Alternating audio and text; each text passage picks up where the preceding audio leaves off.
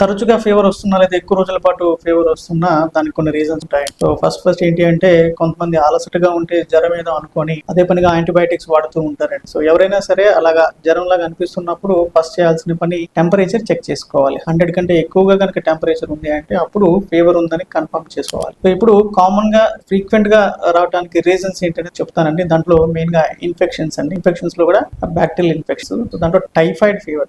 ఎప్పుడైనా సరే మనకి ఫీవర్ వస్తే జనరల్ గా చేసే మిస్టేక్ ఏంటి అంటే మెడికల్ షాప్ కి వెళ్ళటం, 2-3 days యాంటీబయాటిక్ వేసుకున్న తర్వాత ఆ టాబ్లెట్లు ఆపేస్తారు. ఒకవేళ వైరల్ ఫీవర్ అయితే దాని అంతటా అదే తగ్గుతుంది. కానీ టైఫాయిడ్ ఫీవర్ కనుక ఉంటే వీళ్ళకి ఆ 3 days ట్రీట్మెంట్, పార్షియల్ ట్రీట్మెంట్ తీసుకోవటం వల్ల మళ్ళీ 1 week 10 days తర్వాత మళ్ళీ ఫీవర్ వచ్చే అవకాశం. So first common reason typhoid fevers partial treatment అండి. సో అట్లా ఉన్న వాళ్ళు ఫస్ట్ ఆ టైఫాయిడ్ ఫీవరా కాదా అనేది కన్ఫర్మ్ చేసుకుని కోర్సు మినిమం 7 days నుంచి 10 days దాకా వాడవలసింది. రెండో reason TB infection. TB infection అనగానే దగ్గు రావాలి లేదంటే కళ్ళలో రక్తం పడాలని అనుకుంటూ ఉంటారు. అట్లాంటిది ఏం లేదంటే దగ్గుతో పాటు కొంతమంది టీబీ అనేది శరీరంలో ఎక్కడైనా రావచ్చు, పేగులో రావచ్చు, బ్రెయిన్ లో రావచ్చు, గుండె చుట్టూతో రావచ్చు, మెడ దగ్గర రావచ్చు. సో ఇలాగా శరీరం ప్రతి భాగంలోనూ టీబీ రావచ్చు. సో వీరిలో కూడాను టెంపరేచర్ ఫీవర్ అనేది తరచుగా ఎక్కువ రోజుల పాటు వస్తూ ఉంటుంది. ఇంకొక కొంతమందిలో ఫీవర్ తో పాటుగా బరువు తగ్గిపోవటము, నోటి చుట్టూతో పొక్కులు రావటము, దగ్గు, విరేచనాలు. సో